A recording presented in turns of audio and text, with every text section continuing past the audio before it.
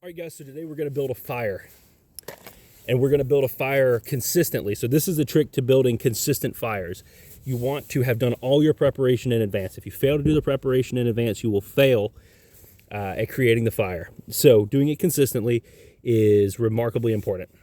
This is fat lighter, or fat wood. It's found all over the Southeast. It's essentially a pine tree. Excuse me.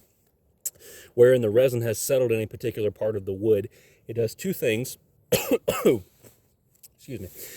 It preserves the wood, and it is incredibly flammable. So if you can find a piece of fat lighter, you're in good shape, but you don't have to have it.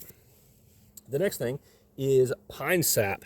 Anywhere you can find a pine tree, you can find pine sap, and pine sap is highly, highly flammable. At the very end of this video, I'm going to give you a little demonstration on exactly how flammable the pine resin and pine sap can be. We're going to start with the basics. So you're going to start as small as you can gathering sticks. You can't go too small at first, but you can go too big. You obviously cannot light this with a match. But you can probably light that with a match.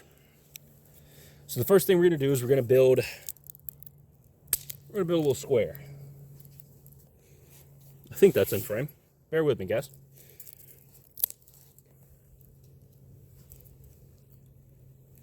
And even before this, you'll notice that I've cleared the ground of pine straw, which is everywhere in the South.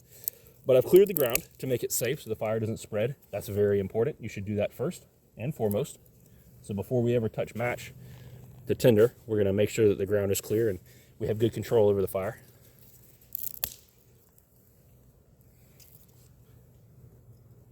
All right. This is a suitable frame. So now we're going to take some tinder. You can use whatever you want. Birch bark, dried leaves. Pine straw works great. I've got plenty of it, so we're going to use pine straw. We're going to stuff it down in there like so. Try to maintain the integrity of the frame the best you can. And now we're going to take our ultra fine sticks, as small as we can get, and we're going to lay them across the top. When we light this, it's going to go a whole lot faster than you might think, so you want to have your preparation done in advance. We've got some dried leaves in the end. That's fine. We'll use those too.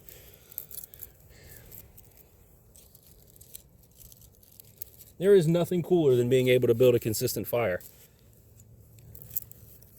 It's a great thing to be known for amongst your peers.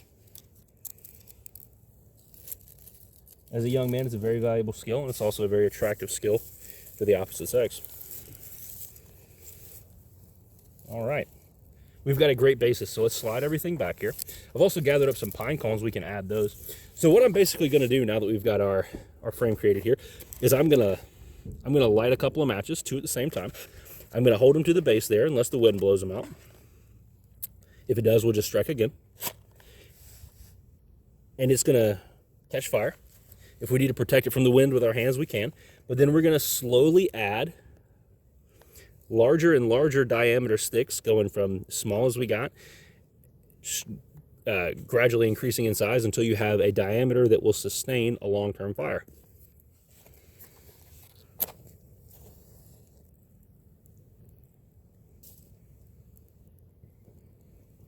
And just like that, it goes faster than you think. You got to be careful not to roast the camera. This fire gets tall quick.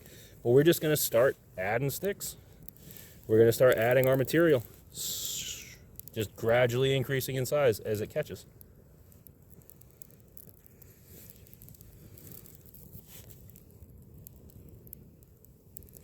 Ooh, there we go. Look at that. And you can hear that wind blow, and this is why you want to be careful to make a good fire break.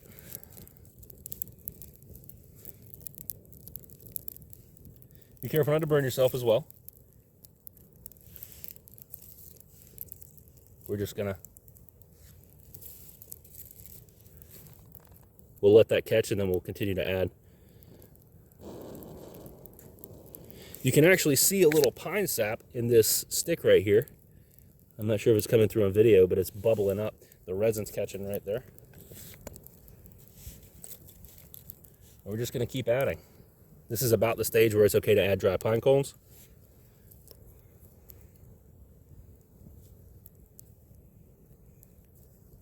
And the concept is as it catches, you just Keep adding, keep increasing in diameter. You can change the shape and begin making it a teepee style beyond a certain point, although that's not necessary. This is all you're going to do. That's a consistent fire. One match strike. This is it. And it's already up to about thumb size diameter on the top there. So since we've got this cooking in the background, I'm going to show you what fat lighter burns like and what pine resin burns like. I'm probably going to change the camera angle just so it's a little more clear and a little safer. So bear with me. All right, guys. So you can see that I've already took a match to this one and it burned fast, but it burned hot. Just a little piece of pine resin, same thing here, and a little fat lighter. So you got a little double match here. Love when that happens. Don't know why. It amuses me. As long as the wind doesn't blow us out.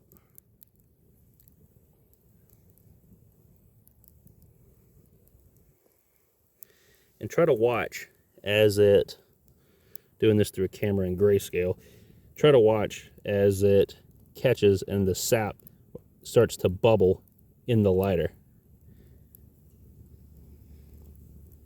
If you hold it at this angle, it tends to run up a little better, but we've got some strong wind coming in.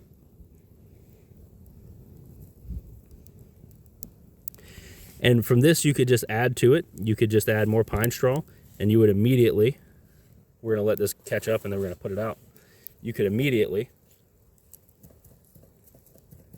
find yourself in a good spot building a fire this way.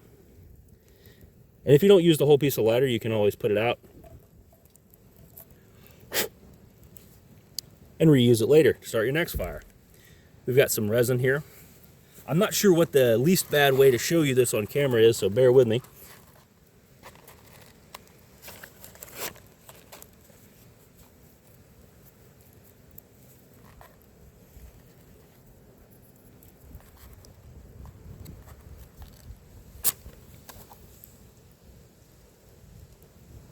Ooh, wind blew it out. Stand by. All right, I just relit the fat lighter there, but you can watch the way this pine resin burns and the way it catches, and when it burns hot. We try to protect it from the wind the best we can. I'm having it in a different spot than I normally might for demonstration purposes, but you see how that, I'm not sure you can see on the camera, I might be blocking it.